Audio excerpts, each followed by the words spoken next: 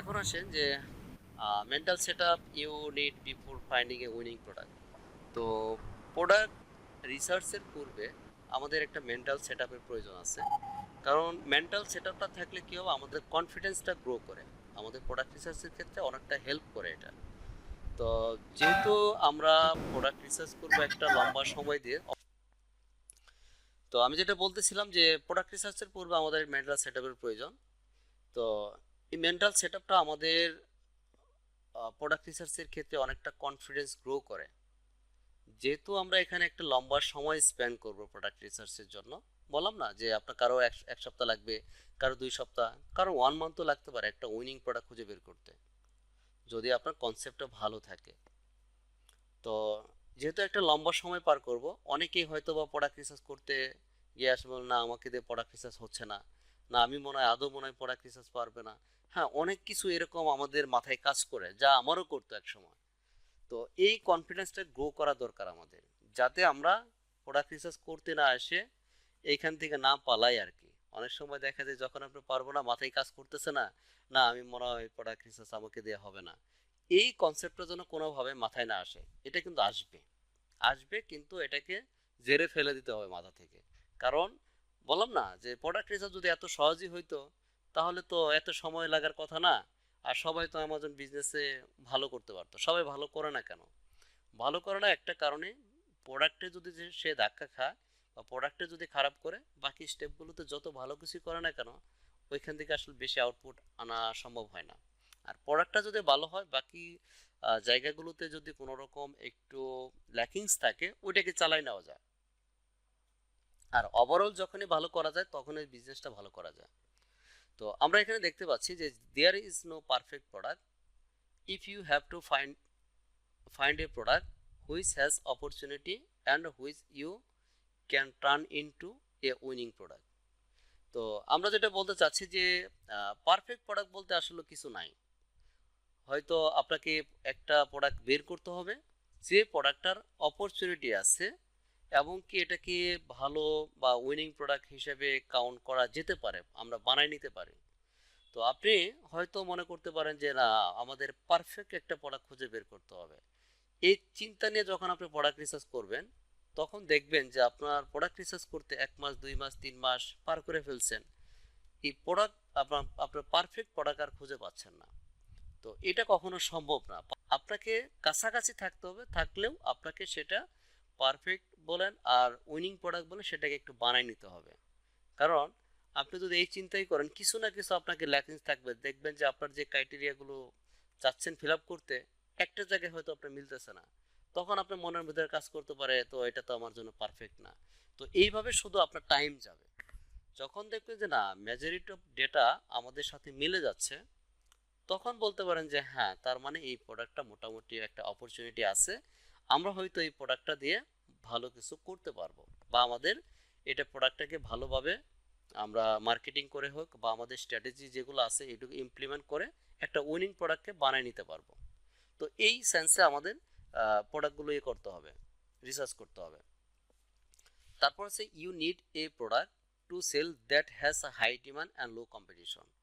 তো আমাদের যে প্রোডাক্টটা রিসার্চ করব, সেই প্রোডাক্টটার যেন ডিমান্ড থাকে মার্কেটে অনেক হাই, এবং কম্পিটিশন তুলনামূলকভাবে যেন লো থাকে। আমরা সবসময় চাইবো হাই ডিমান্ড প্রোডাক্ট, কম্পিটিশন লো। এখন দেখেন, যদি আপনি চিন্তা করেন যে মার্কেটে হিউজ একটা ডিমান্ড আছে, পাশাপাশি এই প্রোডাক্টের হিউজ কম্পিটিটর আছে।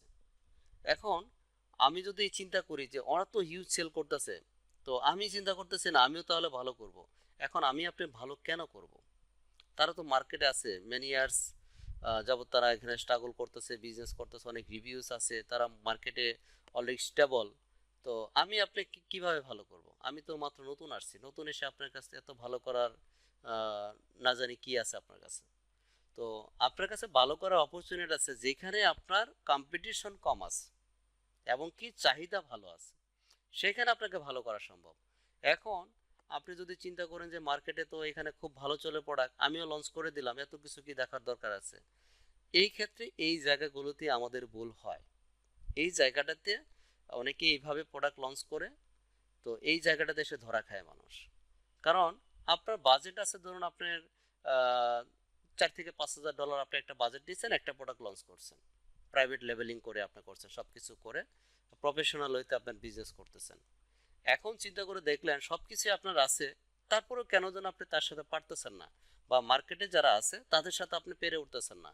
তারা যদি মার্কেটে 10টা করে সেল করে, আপনি 3টা 4টা করে সেল করতেছেন। তো তারা যদি 10টা 20টা সেল করে, আপনি যদি 4 5টা সেল করেন, আলটিমেটলি তো তাদের সাথে আপনি ফাইট করে পারবেন না, কারণ আপনার প্রোডাক্টটা র্যাঙ্কে সহজে আসবে না।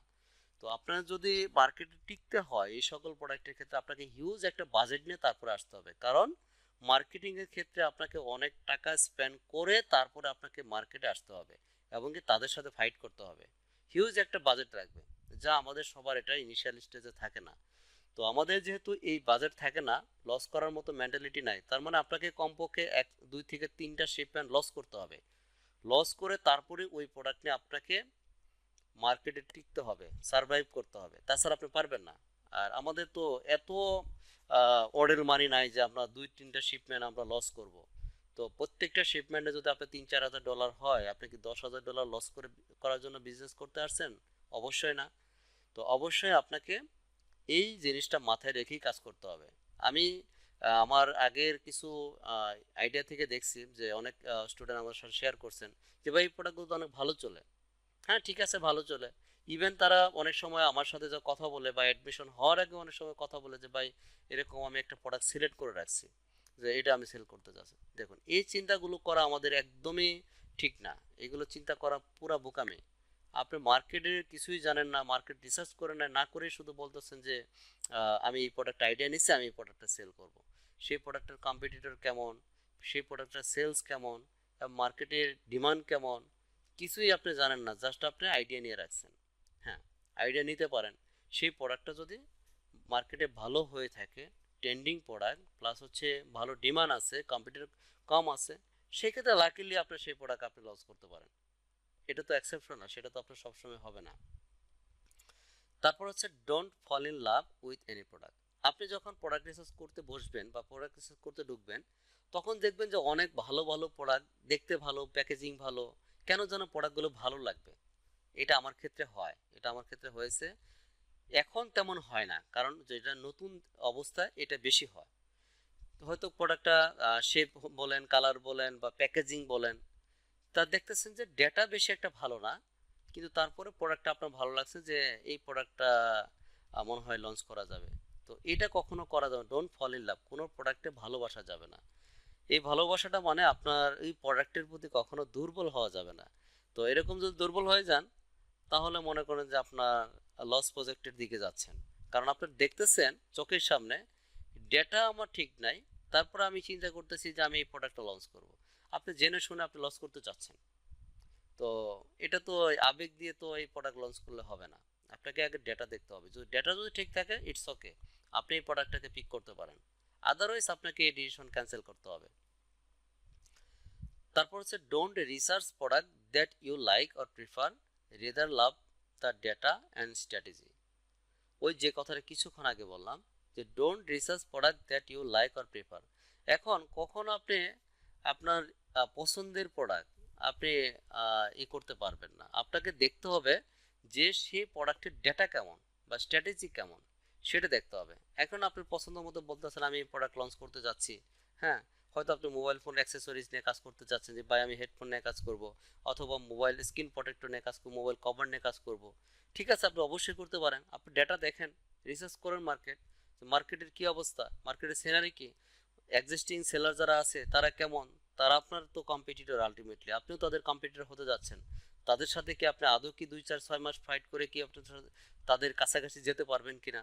তারা যদি পার ডে 20 বা 50 সেল করে, ইউএসএ মার্কেটে তো হিউজ সেল হয় যারা টপের দিকে আছে, তো তারা যদি পার ডে 50 কোয়ান্টিটি সেল করে, আপনি কয়টা সেল করতে পারবেন দেখেন। আপনি তো শুধু শুধু আপনার মনে মনে ভাবলে হবে না, প্রোডাক্ট রিসার্চের ক্ষেত্রে আপনাকে আগে ডেটা দেখতে হবে। ডেটা যদি বলে যে ইটস ওকে, দেন আপনি স্টেপ নিতে পারেন। ইয়েস, আপনি এটা এই প্রোডাক্টের জন্য হয়তো আপনার এটা সুইটেবল প্রোডাক্ট, তখন আপনি লঞ্চ করার একটা প্ল্যান করতে পারেন। তারপর হলো don't fall don't don't rely on one product, find at least 3 to 5 short listed product. কখনো আপনি একটা প্রোডাক্টের উপর ডিপেন্ড হবেন না। আমরা যখন প্রোডাক্ট রিসার্চ করব তখন অ্যাটলিস্ট আমাদের যেন 3 থেকে 5টা আমাদের শর্ট লিস্টেড প্রোডাক্ট থাকে, প্রত্যেকটা প্রোডাক্টের অপরচুনিটি যেন সেম থাকে। কারণ আপনি হয়তো দেখা যায় একটা প্রোডাক্ট এখন লঞ্চ করছেন, পরবর্তীতে আপনার আরেকটা প্রোডাক্ট লঞ্চ করতে চাচ্ছেন। এখন একটা প্রোডাক্ট রিসার্চ করতে আপনার তো মনে হয় যে 1 মাসের মতো সময় লেগে গেছে। এখন আপনি যদি চিন্তা করেন যে 1 মাস পরে এসে আপনার আরেকটা প্রোডাক্ট লঞ্চ করতে চাচ্ছেন, তখন আপনাকে আবার নতুন করে প্রোডাক্ট রিসার্চ করতে হবে। তার মানে এখানে একটা লম্বা একটা সময় স্প্যান হবে। তো এটা কখনো করা যাবে না। তো শুরুতে যখন প্রোডাক্ট রিসার্চ করবেন মিনিমাম 3 থেকে 4টা প্রোডাক্ট রিসার্চ করে রাখবেন, শর্ট লিস্টেড রাখবেন, সবগুলোর অপরচুনিটি যেন মোটামুটি সেম থাকে। সেই ক্ষেত্রে আপনার পরবর্তী প্রোডাক্ট লঞ্চিংয়ের জন্য সুবিধা হবে। আর দেখা যায় যে আপনার একটা প্রোডাক্ট লঞ্চ করলে যে সবসময় একটা প্রোডাক্টে উইন করবে, তাহলে তো এটা ভিন্ন কিছু, এটা কখনো চিন্তা করা যাবে না। আপনার লাকিলি হয়তো একটা প্রোডাক্ট লঞ্চ করে একটা প্রোডাক্ট ভালো করতে পারে। তবে হ্যাঁ, আমরা যে ক্রাইটেরিয়াগুলো মেনটেন করব, যে ক্রাইটেরিয়া অনুসারে প্রোডাক্টগুলো রিসার্চ করব, আপনারা যদি সেইভাবে মেনটেন করে প্রোডাক্ট রিসার্চ করেন, তো এতটুকু মেক শিওর করা যায় যে আপনার সেই প্রোডাক্টগুলো অ্যাটলিস্ট 70% থেকে 80% প্রোডাক্ট ভালো করবে। তো হয়তো আপনি দেখা যায় একটা প্রোডাক্ট লঞ্চ করছে, একটা প্রোডাক্টটা মোটামুটি করে বেশি একটা ভালো করতেছে না, হতেই পারে। ডেটা দেখছেন, সবই দেখছেন, তারপরেও কেমন যেন হচ্ছে না, ভালো করতে পারতেছেন না। তো আপনি আরেকটা প্রোডাক্ট যখন লঞ্চ করেন দেখেন না এটা একটু বেটার করতেছে, হতে পারে এরকম। তখন আপনি যখন 2-3টা প্রোডাক্ট লঞ্চ করবেন তখন আপনি এখানে ফিল্টার করতে পারবেন যে না, এর ভিতরে সবচেয়ে ভালো সেল হচ্ছে কোনটা। বাকিগুলো যদি ভালো সেল না হয়, আপনি যদি চান যে না ফার্স্ট শিপমেন্ট যা হয়েছে হয়েছে, এগুলো আমি আর কন্টিনিউ করতে চাচ্ছি না, তো যখন আপনি 2-3টা প্রোডাক্ট লঞ্চ করবেন তখন আপনি রিয়েল মজাটা বুঝতে পারবেন যে আপনার বিজনেসের কোনটা প্রোডাক্ট, কোন প্রোডাক্টটা ভালো করতেছে। তখন আপনি সেটাকে ডিসিশন নিয়ে সেই প্রোডাক্টটা তখন রাখতে পারেন। বা লাকিলি যদি আপনি 3টা প্রোডাক্ট লঞ্চ করে 2টা প্রোডাক্ট ভালো করতেছেন, এটা হতে পারে। তো আপনি কখনো বিজনেসে 100% আপনি ডিপেন্ড হতে পারবেন না যে ভালো করবেই, এটা কখনো 100% চিন্তা করাটা উচিত হবে না, যেহেতু এটা একটা বিজনেস। তো বিজনেসে 100% কখনো সিউরিটি কেউ কোনো কিছু দেবে না আপনাকে, রিস্ক একটু নিতে হয়, রিস্ক ফ্যাক্টর থাকবেই। দুনিয়ার যত বিজনেসই করেন না কেন, ফিজিক্যাল বিজনেস করেন আর অনলাইন বিজনেস করেন, যে বিজনেসই করেন, আপনাকে রিস্ক নিতেই হবে। তারপর হচ্ছে product research is a long term game, here is no shortcut way. ওই যে আমি বললাম যে প্রোডাক্ট রিসার্চ করতে হলে আপনাকে ধৈর্য থাকতে হবে, কারণ প্রোডাক্ট রিসার্চ কোনো শর্টকাট ওয়ে না, শর্টকাট টার্ম নাই যে আপনি রাতারাতি একটা প্রোডাক্ট খোঁজার চেষ্টা করলেন, হয়ে গেল, পরের দিন লঞ্চ করে দিলেন। নো, এটা করা যাবে না। তো এটাকে অবশ্যই একটা প্রসেসের ভিতর দিয়ে গিয়েই আপনাকে প্রোডাক্টটা লঞ্চ করতে হবে বা রিসার্চ করতে হবে। তারপর don't take any break in middle researching one niche or product.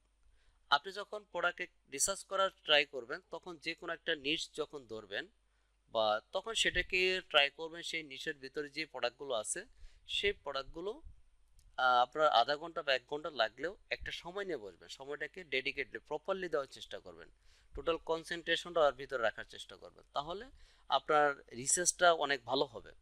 তো এখানে ব্রেক নিলে কি হয়, তো আপনি দেখুন একটা জিনিস এখন থিঙ্কিং করতেছেন বা ওটা একটা রিসার্চের ভিতরে আছেন আপনি।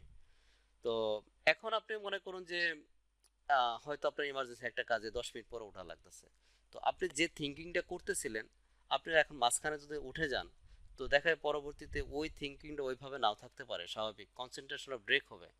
তো সেই ক্ষেত্রে এটা ট্রাই করবেন যে যে কোনোভাবে আধা ঘন্টা 1 ঘন্টা যেটাই সময় দেন না করে একটা নিশকে যখন ধরবেন, একটা মোটামুটি প্রপার ভালো একটা সময় নিয়ে বসে তারপরে প্রোডাক্টটা রিসার্চ করার চেষ্টা করবেন, ওই নিশটাকে ধরবেন।